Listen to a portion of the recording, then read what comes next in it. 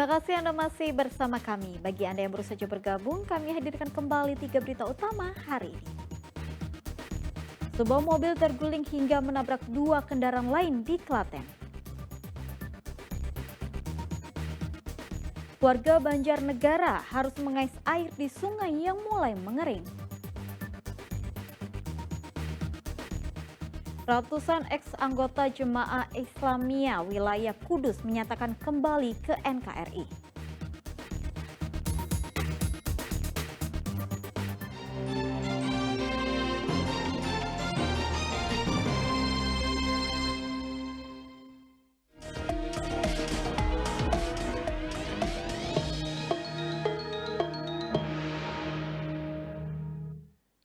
Bakal calon gubernur dan wakil gubernur Jawa Tengah, Andika Perkasa Hendrar Priyadi mulai sosialisasi.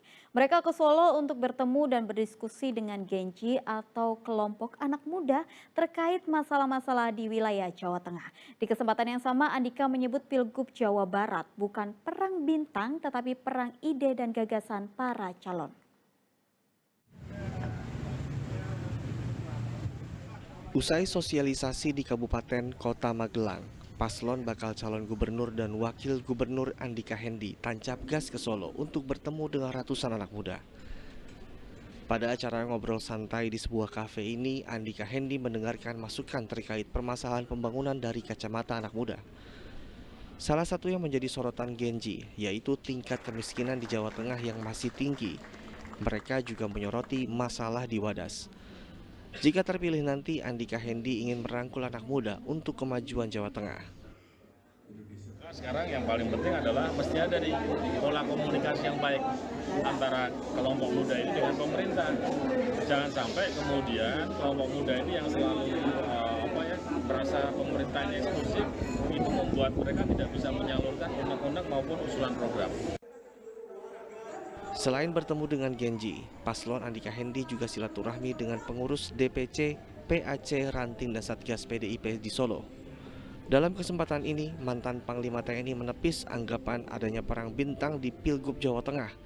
Ia menyebut kontestasi Pilgub Jawa Tengah merupakan perang gagasan dan ide dari dua paslon. Merupakan perang bintang gimana? Enggak lah. Ya calonnya ada dua dan pasti kita berdua juga berusaha untuk memperkenalkan siapa kami, visi, misi, program. Menurut saya ya bagus karena ada pilihan minimal untuk masyarakat Jawa Tengah dan juga Kota Solo. Pada acara silaturahmi, Andika Hendi yang didampingi istri juga memperkenalkan diri kepada ribuan kader PDI Perjuangan. Heri Prastio melaporkan dari Solo. Untuk menciptakan masa kampanye pilkada serentak yang damai tanpa gangguan knalpot bising, Polda Jawa Tengah gelar apel deklarasi Jateng Zero Knalpot Brong di kantor Gubernur Jawa Tengah.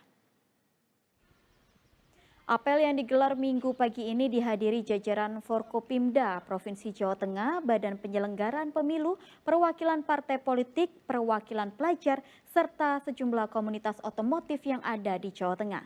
Apel ini ditandai dengan penyerahan knalpot brong dan rompi kepada setiap perwakilan peserta apel.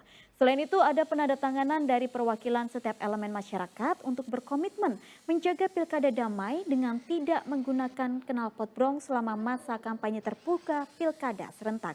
Aturan larangan penggunaan knalpot brong sudah diatur dalam Undang-Undang Lalu Lintas. Penggunaan knalpot brong tak hanya menambah polusi udara, tetapi juga polusi suara.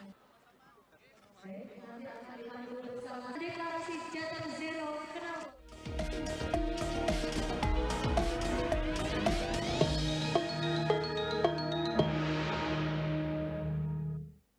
Bencana kekeringan kian parah di Banjarnegara. Warga harus mengais air yang menggenang di sungai yang mulai mengering. Sementara di Kabupaten Semarang, 250 tangki disiagakan untuk penyaluran air bersih.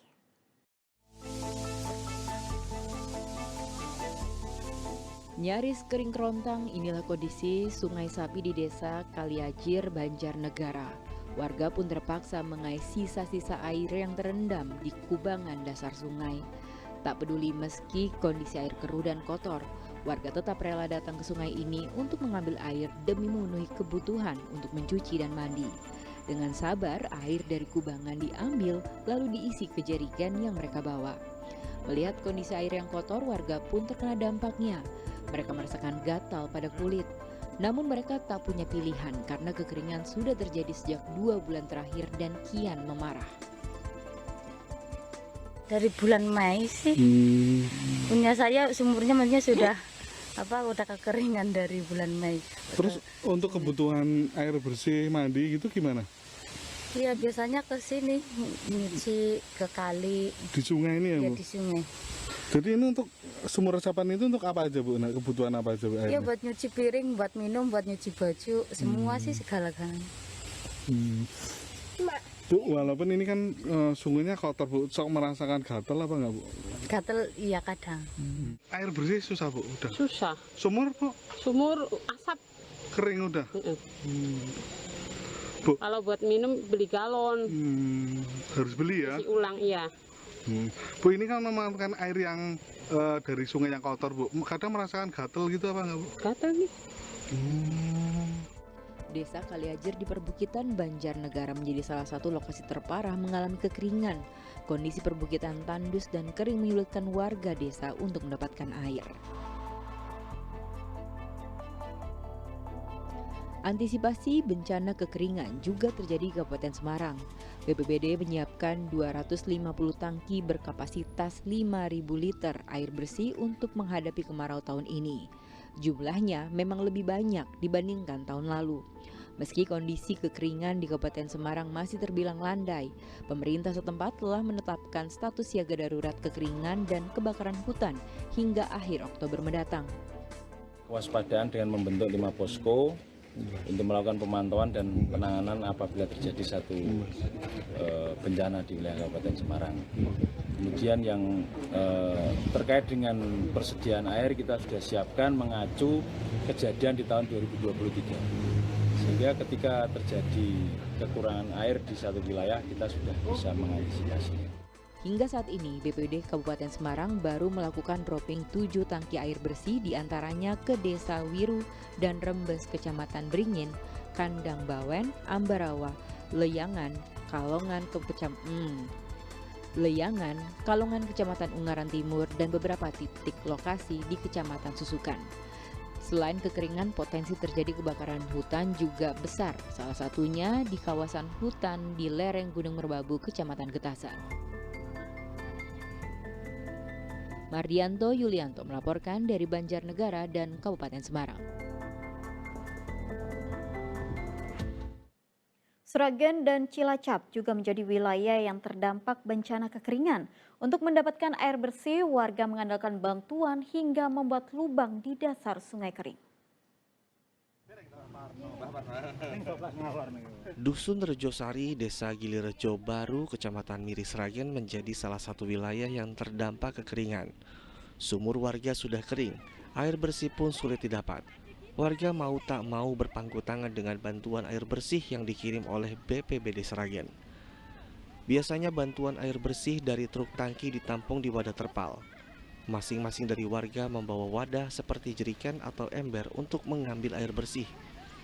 Namun jika tak ada bantuan air bersih, warga harus membelinya untuk dikonsumsi. Sedang untuk mandi dan mencuci mereka harus mengambil air di sungai. Minum itu masuk kalau beli. Kalau beli 1 galon berapa? 6.000. Untuk 1 galon itu digunakan untuk berapa hari? 3 hari, 4 hari. 4 hari misalkan nyuci ataupun Kali. Oh dikali ya Pak? Menurut data dari BPBD Sragen, ada 5 kecamatan yang dilanda kekeringan. Dari jumlah tersebut, setidaknya ada 32 dusun krisis air. BPBD Sragen pun mengirimkan bantuan air bersih 4 hari sekali untuk memenuhi kebutuhan air warga. Ini yang terdampak itu di 5 kecamatan, 12 desa, 32 dukuh. Jadi untuk yang wilayah ini di Rejo Baru, terutama di Rejosari RT 3 itu kita ke titik ini 4 hari sekali. Warga desa Kertajaya Cilacap juga merasakan hal yang sama dengan warga Sragen. Mereka harus berpikir keras untuk mendapatkan air bersih karena terdampak kekeringan. Warga akhirnya menggali dasar sungai yang kering, mencari sumber air. Dasar sungai digali dengan kedalaman 0,5 meter. Sumber air dari lubang dasar sungai inilah yang menjadi tumpuan warga.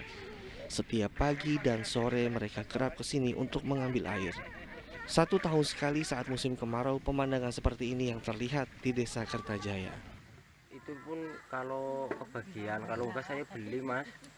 Berapa satu jerigen itu, Pak? Kalau satu jerigen segini sekitar 4.000, 5.000. Kalau setiap musim kemarau ya 1 tahun sekali pasti di sini pada ngambil air di sungai.